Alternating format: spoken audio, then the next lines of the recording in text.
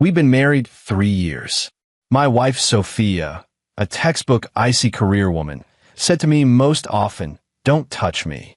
She looked at me with a gaze colder than the stones by the roadside. But I was reborn back to the day we registered our marriage, and she had reddened eyes and clung to me, refusing to let go. She pressed against my ear, her voice soft and aggrieved. "Husband, you're finally back.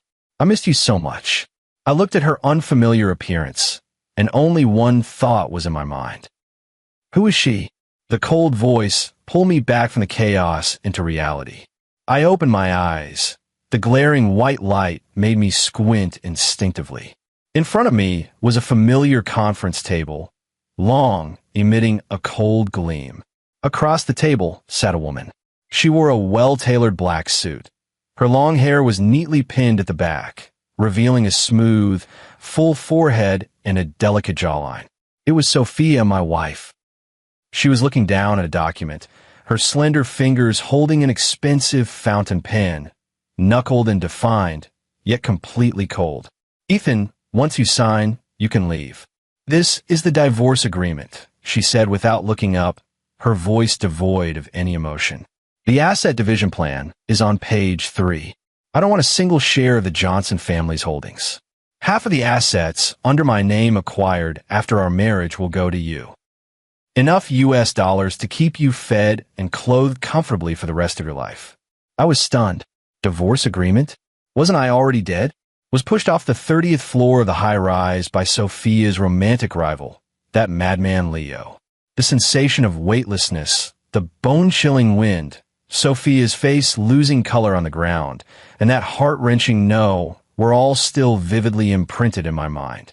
I looked down at my hands, intact, even warm in the palms. I glanced around again. This isn't the villa we lived in after marriage, but the VIP waiting room of the Luoqing marriage registration office. The electronic calendar on the wall displayed a date that made my heart stop. 3 years ago, the day we registered our marriage. I was reborn. What? Not satisfied with the division of assets. Sophia finally looked up, those beautiful phoenix eyes filled with their usual coldness and impatience. "Or do you think there's anything left for us to discuss?" I looked at her. This is the woman I loved for 3 whole years. A woman who treated me like air, who took all my efforts for granted. We were the victims of a family-arranged marriage and a business alliance. I traveled to this world and inherited everything of this body, including billions in assets and a fiancée as beautiful as a flower. At first, I truly wanted to lie back and live carefreely. But the first time I saw Sophia, I hopelessly fell for her. I thought that even the coldest iceberg could be warmed with love.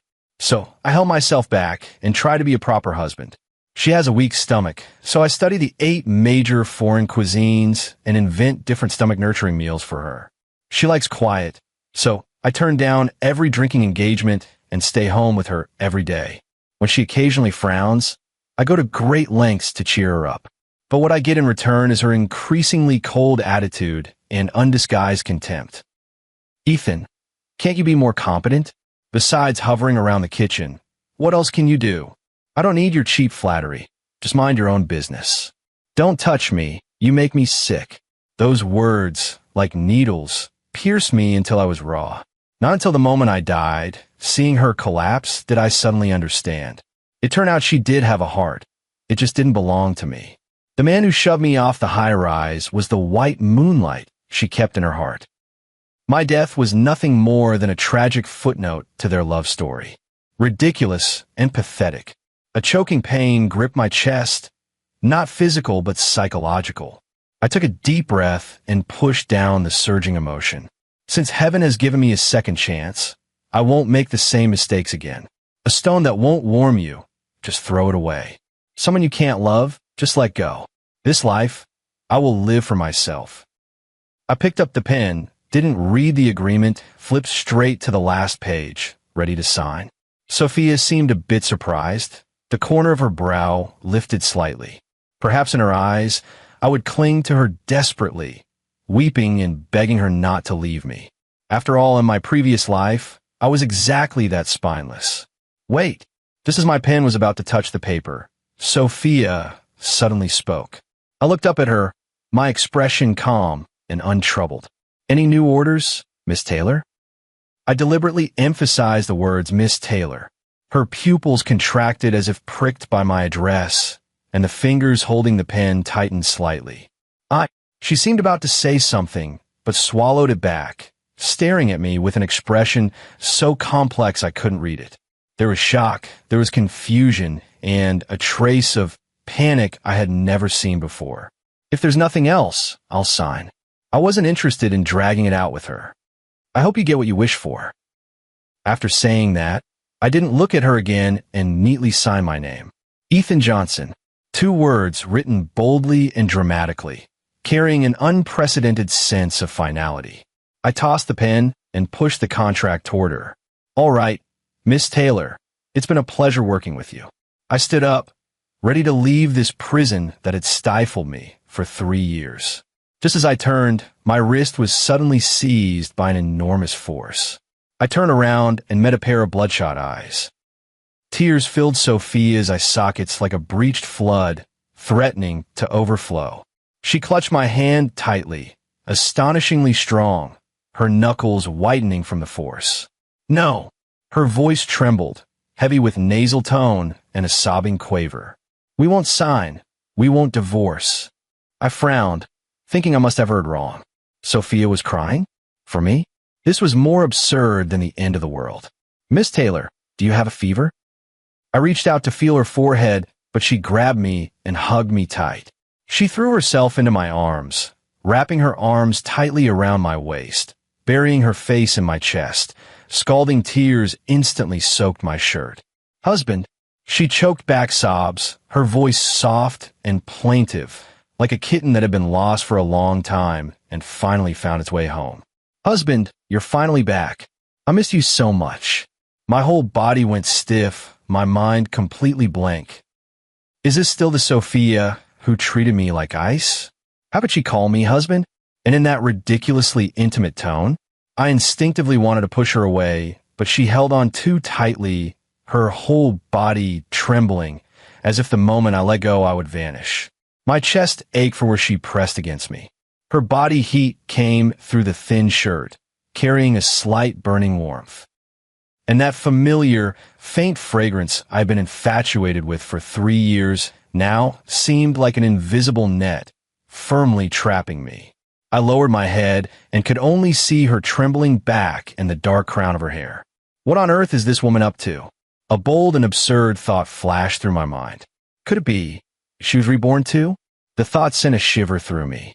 If she had been reborn too, then her reaction just now would make sense. Was she feeling guilty? Because she had witnessed my death with her own eyes, did she want to make amends for me in this life? A surge of indescribable feeling rose in my chest, part mockery, part desolation.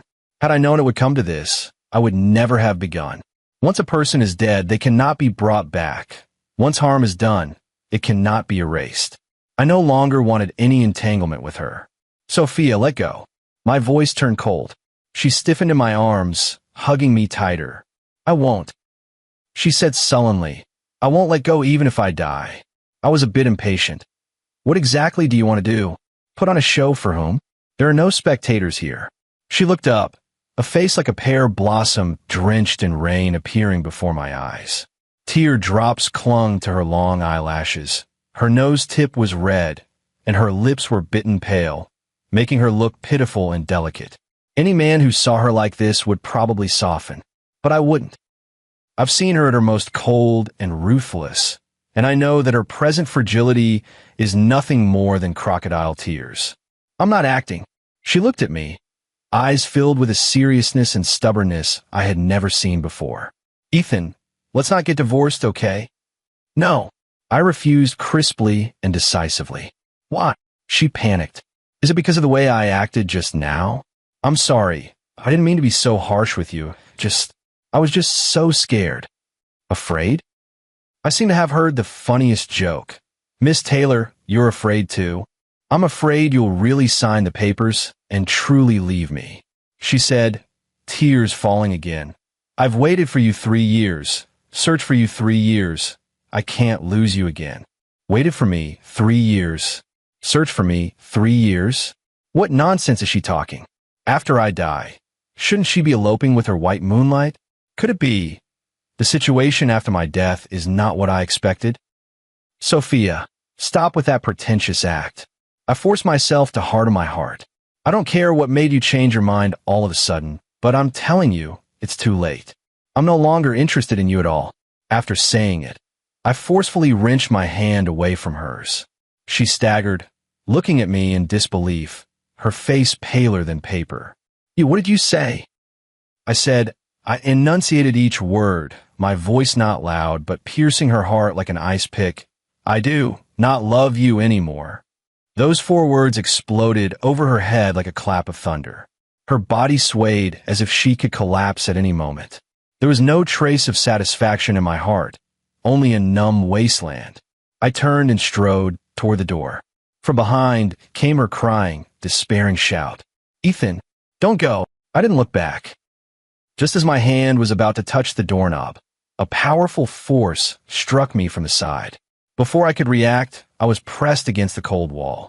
There was a dull thud. My back slammed into the wall, and the pain made me gasp. The next second, a soft body pressed against mine. Sophia pinned me hard against the wall, her hands braced beside my ears, forming a textbook cabinet pose. But this cabinet was filled with a sense of force and despair. She was panting, her chest heaving violently, a pair of bloodshot eyes fixed on me. I won't let you go. Her voice was hoarse, yet carried an authoritative insistence that brooked no refusal. I was taken aback by this sudden ferocity from her. Is this still the ice-cold, strong woman who couldn't even open a bottle cap? How is she so strong? Sophia, are you crazy? Yes, I'm crazy. She laughed bitterly, but her tears flowed even more fiercely. After you died, I went mad. My heart suddenly clenched. You already knew? Yes. She nodded, tears sliding down her cheeks, dropping onto my shirt. I know everything now. I know how much you've done for me. I know how much you love me, and I also know that it was my own hands that pushed you away. Her voice was full of remorse and pain. Ethan, give me one more chance, please. This time, let me love you. She spoke, slowly lowering her head, warm breath brushing my face. Her lips trembled as they moved closer to me. My mind went blank in an instant. My body's instinctive reaction outpaced my reason. I jerked my head to the side. Her kiss landed on my cheek. Warm, soft, with a faintly salty taste of tears. Time seemed to stand still in that moment. We stayed in that position, neither of us moving. I could clearly hear her erratic heartbeat and my own, interweaving into a tangled mess. That kiss was like a switch, instantly awakening the long-dormant desire in my body. I could feel my body heating up, my blood accelerating its flow. Damn it, this body's response to her was already etched into the bone. Even though my reason told me to push her away, my body honestly reacted. Sophia seemed to sense my change as well. Her cheeks instantly flushed, even her earlobes turning pink. She looked up somewhat helplessly, her eyes darting away, not daring to meet mine. I didn't mean to, she stammered, her voice as tiny as a mosquito's hum. I looked at her, shy and flustered like this, and an utterly absurd feeling rose in my chest. Is this really that aloof ice queen who sits above everyone else? No matter how you look at it, she looks like a girl just discovering love, accidentally trespassing into forbidden territory. The atmosphere instantly became awkward and charged with tension.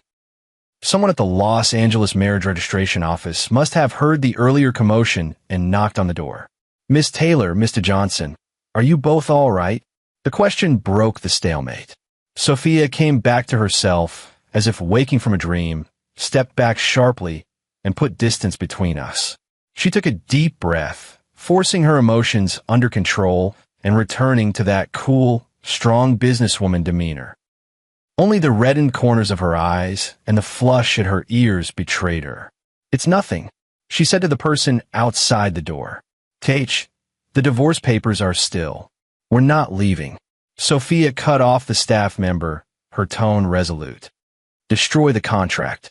We're here to register our marriage. After speaking, she turned her head to look at me, her eyes showing a faint, barely noticeable plea and nervousness.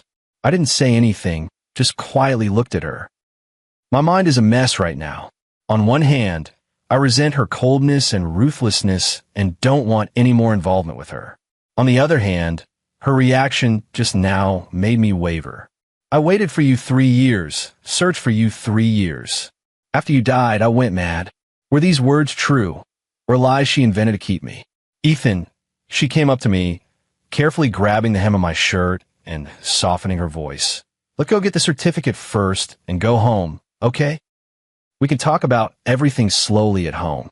She lowered herself so much down into the dust. This was a completely different person from the Sophia in my memories. I looked at the red veins in her eyes and the heavy dark circles, and something stirred in my heart. This look didn't seem to be an act.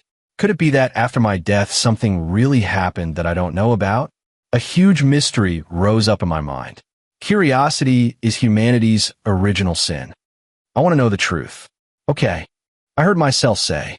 Sophia's eyes lit up in an instant, like stars set aflame. She nodded vigorously, as if afraid I'd change my mind, took my hand, and walked out. Let's go take the photos now. The palm of her hand was warm, still coated with a thin layer of sweat, tightly wrapping mine, conveying her nervousness and joy. She pulled me along like a marionette, step by step walking toward the same destiny track as in my previous life. Photos forms vows. Throughout the whole time, Sophia clung to me like a conjoined twin. When we were taking photos, she leaned against my shoulder of her own accord, smiling more brightly than any flower. The staff were all stunned and couldn't help teasing. Miss Taylor and Mr. Johnson are really close, a match made in heaven. Sophia laughed, even sweeter at that, and secretly scratched my palm. My whole body went rigid. I almost couldn't keep my expression from showing. At the oath, when the attendant asked her if she was willing to marry me, she practically shouted, "I do." That voice echoed through the entire hall, drawing everyone's gaze toward us. She didn't care at all. She simply turned her head and looked at me with sparkling eyes, as if gazing at the most precious treasure in the world. She looked at me in a way that made me a little uncomfortable, so I could only nod stiffly. When the 2 red marriage certificates were handed to us, I still felt a sense of unreality. I was tied to this woman again. Husband. Sophia suddenly leaned in and whispered softly in my ear. Those 2 words shot through my body like an electric current. My body uncontrollably began to burn with heat. I took a deep breath and suppressed that wicked flame. Miss Taylor, please watch how you address me, I said coldly. Why? She blinked in confusion, innocent-faced. We're legally married now. If I don't call you my husband, what should I call you? You used to call me Ethan, didn't you? That was then, and this is now. She said matter-of-factly. Back then I was childish. I'll change from now on. As she spoke, she slipped her arm around mine and hung onto me entirely. Husband, let's go home. I'm so tired. Her voice was soft and sweet, laced with a teasing, coquettish tone. I lowered my head, looking at the woman clinging to me like a koala, and felt a sudden headache. Is this still the Sophia who treated me like poison, who thought even touching me was filthy? This change in attitude happened way too fast. Everyone around us cast envious glances our way, especially some young girls. Seeing Sophia act coquettishly with me, they couldn't help but cover their mouths and let out quiet squeals. Oh my God, that's so sweet. That man is so handsome, and what a great body. They're such a perfect match. Listening to these comments made my head hurt even more. Sophia, come down first. No, she pouted. Unless you promise never to call me Miss Taylor again. You have to call me Sophia or wife. When she reached the last 2 words, her face flushed again. I looked at her, my feelings a jumble. If this were acting, her performance would be Oscar-worthy. But if this were real, I didn't dare imagine any further. Okay. I sighed and relented. I'll call you Sophia. Come down first. She smiled contentedly, planted a smooch on my face, and only then climbed down from me. I was stunned by her kiss and instinctively touched my cheek. It was warm and soft, still lingering. This is a reward for you. She blushed, her gaze wandering, not daring to look at me. Rewarding you for being so obedient today. Me, why do I feel like our identities have been swapped? On the way home, Sophia kept holding my arm tightly, as if afraid I would run away. The car's heater was on, and the atmosphere was somewhat heavy. I stared at the rapidly passing street scenes outside the window, my mind racing with thoughts. In my previous life, after we got our marriage certificate, Sophia left me alone at the door of the registry and drove off. I took a cab back to that empty marital home by myself. But this life, she's like a clingy little sprite, never leaving my side. Husband, she called me again. I came back to my senses and responded lightly. Are you still mad at me? She asked cautiously. No, you're lying, she said firmly. You don't look at me, and you don't take the initiative to talk to me. I turned my head and met her eyes full of grievance. What do you want me to say? Say anything. She rested her head on my shoulder, her voice muffled. As long as you'll pay attention to me. I fell silent. I didn't know what attitude to adopt toward her. Hate her? It's hard to call it that. After all, the tragedy of the last life was partly my own fault. I acted on wishful thinking like a moth to a flame, and in the end was shattered to pieces. Don't I hate her? But that emotional barrier in my heart still couldn't be overcome. Sophia, I said carefully, can you tell me what exactly happened after I died? Her body visibly stiffened. She looked up, her eyes reddening again. Do you really want to know? I nodded. She took a deep breath, as if she had made some kind of resolution. Okay, I'll tell you. Her voice was very soft, with a hint of trembling, as she recounted that part of the past I didn't know, slowly and clearly. It turned out that after I died, Sophia did not end up with her beloved Leo. That man was sentenced to death for intentional homicide. And Sophia, having witnessed me falling from the high-rise with her own eyes, had a breakdown. She locked herself in our marital bedroom, refusing to eat or drink and seeing no one. It wasn't until the first anniversary of my death, when she was sorting through my belongings, that she found the diary I had written. In that diary were recorded my 3 years of love for her, every small thing I did for her, all my joys and sorrows. She held that diary and cried for a full day and night. From that day on, she truly began to understand me, to understand the depth and humility of my love. She began to miss me desperately. My cooking, my warm embrace, the love she could no longer hide in my eyes when I looked at her. She regretted it, racked with agonizing regret. She started to be like me, learning to cook, learning to take care of herself. She went to every place we had once gone together, trying to find the traces I'd left behind. She placed my photo on the bedside and could only fall asleep at night hugging my pillow. She even took over my carefree lie flat, Johnson Group, managing those businesses I had never cared about. She spent 3 years becoming who I was, until on the 3rd anniversary of my death, she drank heavily, hugged my ashes, and jumped from the top floor of our family villa. I had only one thought, she said, looking at me, tears streaming down her face. Ethan, the road to the underworld is too dark, so I'm coming with you. My heart felt as if an invisible hand had gripped it tightly, hurting so much I couldn't breathe. I could never have imagined that the truth would be like this. The betrayal I had assumed, the indifference I had assumed, behind them hid such deep love and regret. This foolish woman. How could she be so foolish? I reached out, intending to wipe the tears from her face, but found my own hand trembling as well. So, you were reborn too? My voice was a little hoarse. She nodded vigorously, tears blurring her eyes as she looked at me. Yes. The moment I opened my eyes, I was back to today, 3 years ago. I saw you holding the pen to sign, and I was really terrified. As she spoke, she threw herself into my arms again and began to wail. Husband, I'm sorry, I'm really sorry. I shouldn't have treated you that way. I shouldn't have hurt you. I was wrong. I really was wrong. She cried with a heart-wrenching intensity, like a helpless child. I held her, feeling the tremble of her body, my heart a tumult of emotions. All the hatred, all the grievances, in this moment, vanished like smoke. Only an overwhelming ache remained. I gently patted her back, as if comforting a wounded little animal. "All right, stop crying." My voice was a little choked. "It's all in the past." "It isn't past." She shook her head in my arms. Those 3 years of longing and regret tormented me every minute, every second. Every day I thought, if I could do it over, I would never let go of your hand again. She lifted her head, eyes red, and said to me with utter seriousness, "Ethan, this lifetime, I won't let you suffer even a bit. I will give you the best of everything in the world.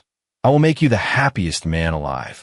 I looked at her, and the long frozen wall in my heart quietly split open with a crack. Maybe I should trust her one more time. Believe in us. We can have a different ending. Back in our villa located in the prime area of Luo City Center, everything was exactly as I remembered. Huge floor-to-ceiling windows, a modern minimalist decor, and cool-tone furniture. The only difference was that this home now had a faint trace of everyday life. As soon as Sophia walked in, she went straight to the shoe cabinet and, like someone who knew the place well, took out 2 pairs of slippers. One pair was pink, the other blue. She placed the blue ones by my feet and put on the pink ones herself. "Husband, change your shoes." I stared at the pair of brand new slippers by my feet, feeling a little dazed. In my previous life, there was only 1 pair of slippers in this house, mine. Sophia never spent the night here, let alone left any personal belongings. "What are you spacing out for?" Seeing that I didn't move, she crouched down and personally helped me take off my leather shoes and put on slippers. Her movements were very gentle, as if she were handling a priceless treasure. I watched her crouched in front of me, putting shoes on me, and a warm current welled up in my heart. "I can do it myself," I said, somewhat awkwardly. "No." She looked up and gave me a sly smile. "I'm going to help you put them on. You've cooked for me for 3 years. I help you with your shoes once. What's wrong with that?" I was left speechless. After changing into the shoes, she took my hand and led me to the living room. "Honey, sit and rest for a bit. I'll go make you something to eat." "You can cook?" I asked, a little surprised. "Of course," she said, smugly raising her chin. "I haven't wasted the past 3 years.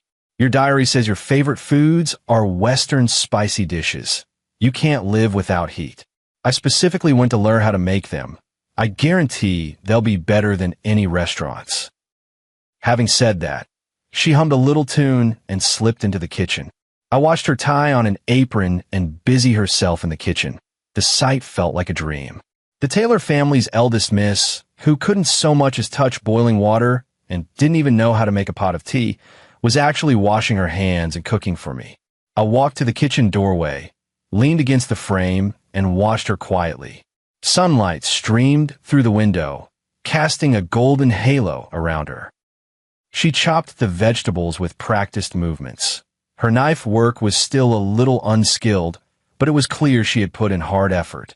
Maybe she sensed my gaze. She turned her head and gave me a sweet smile. "Husband, are you hungry? Wait a little longer. It'll be ready soon." In that moment, my heart completely melted. I walked over and hugged her from behind. Her body stiffened for a moment, then relaxed, and she gently rested her head on my shoulder.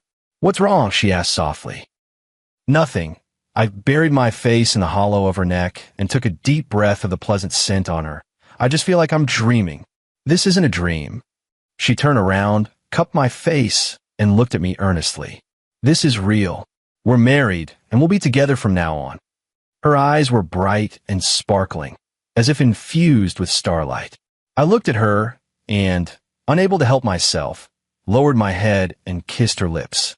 Her lips were like jelly, soft and sweet. She responded awkwardly, her body trembling slightly, yet there was a hint of urgency and longing. This kiss carried no lust, only the reverent appreciation of something regained and an overwhelming, undiluted love. The kiss ended, and we were both a little breathless. She blushed, leaned against my chest, and complained softly, "It's your fault. The food's going to burn."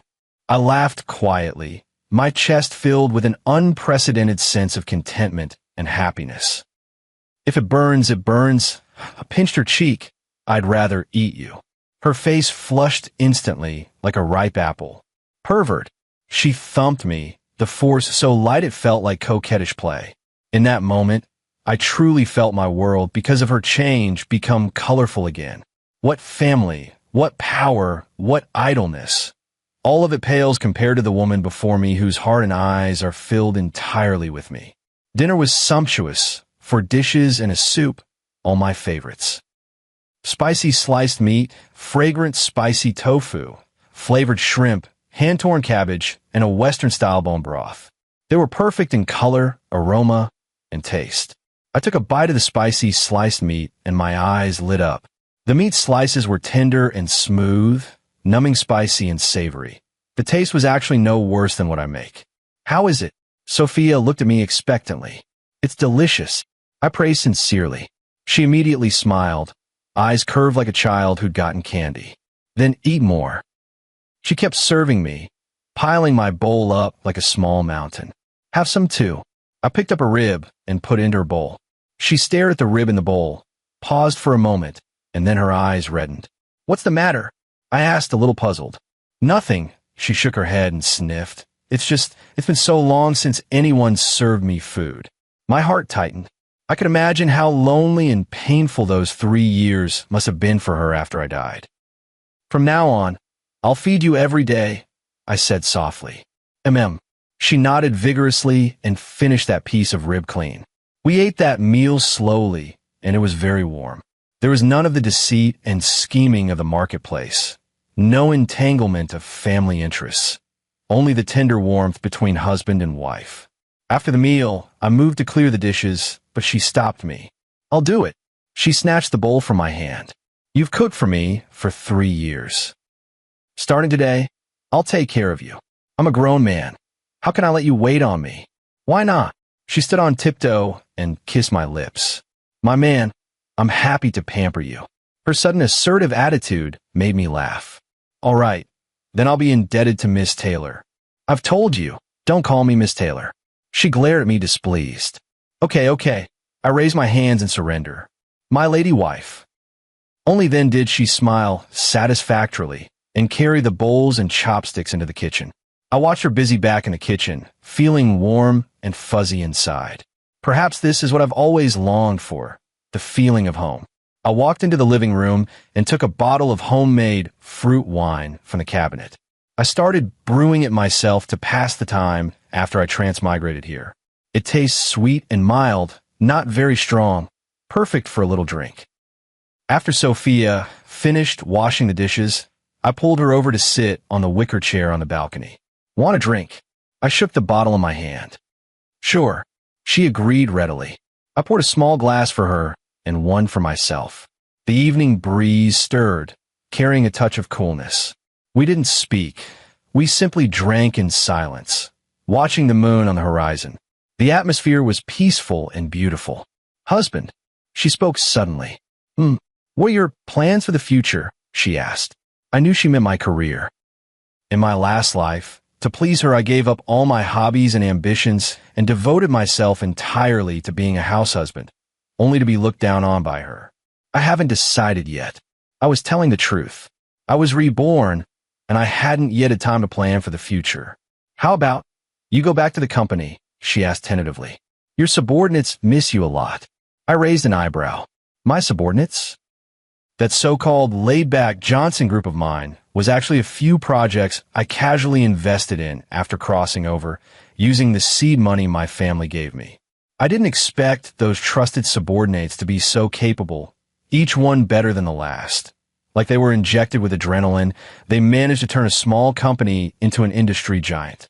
As for me, the absentee boss, aside from occasionally steering the big picture direction, I basically never got involved. My daily life consisted of working out, researching gourmet food, and brewing wine. I lived like a retired cadre. Because of that, in the eyes of outsiders, especially Sophia, I was just an unlearned playboy who only knew how to eat, drink, and have fun. Why go back to the company? I smiled. With them there, my return would be superfluous. No, she shook her head and said earnestly, it's different. You are the backbone of the group, the faith of everyone. You don't know how much they missed you during those 3 years you were away. Each of them harbored a determination to make the company bigger and stronger because they said this is the work you left behind and they want to protect it for you. My heart was deeply moved. I had always thought that my relationship with those subordinates was purely an employer-employee one. I didn't expect that, in their minds, I actually held such an important position. And Sophia looked at me, admiration shining in her eyes. Husband, don't sell yourself short. After I took over the company and studied all your investment decisions, I realize you're not someone who shirks responsibility at all. You're a true master strategist in business. Every one of your seemingly casual choices has precisely hit the zeitgeist, bringing the company huge dollar gains. She grew more excited as she spoke. They all say you have the luck of a koi. Whatever you buy goes up. Once the topic hashtag Ethan didn't get out of bed today hashtag trended, and the company stock actually hit the daily limit because of it. Do you know what people outside call you? They call you Stock God Baffison. Me? What a bunch of nonsense. I admit, my luck has been a bit good, but it can't be this miraculous, can it? You're the most amazing one. I looked at her. In 3 years, you've doubled the company size again. I couldn't have done that. That's because she lowered her head, her voice a little dejected.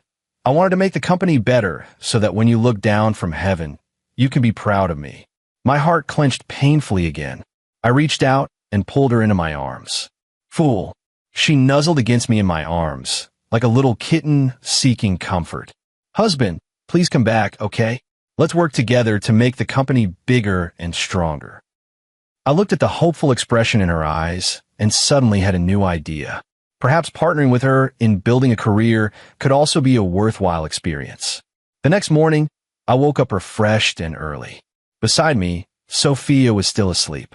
She clung to me like an octopus, one leg draped over my waist, her head resting on my arm, sleeping peacefully and beautifully. I bent my head and left a good morning kiss on her smooth forehead. She seemed to feel it, smacked her lips, and burrowed deeper into my embrace. I got up quietly and walked into the gym. 8-pack abs, a V-line. These are the results of my daily workouts. This body has a great foundation. With a little exercise, it can stay in perfect shape. This is also one of the few bits of confidence I can take from this body. I finished a set of strength training, drenched in sweat. I had just stepped out of the gym when I saw Sophia standing in the kitchen doorway in my white shirt, sleepily looking at me. The hem of the shirt barely covered the top of her thighs, leaving 2 long, straight, pale legs exposed to the air. 2 buttons at the collar were undone, revealing a delicate collarbone and a hint of tempting flesh. My Adam's apple rolled involuntarily, and a warm surge rushed down to my lower abdomen. What were you looking at?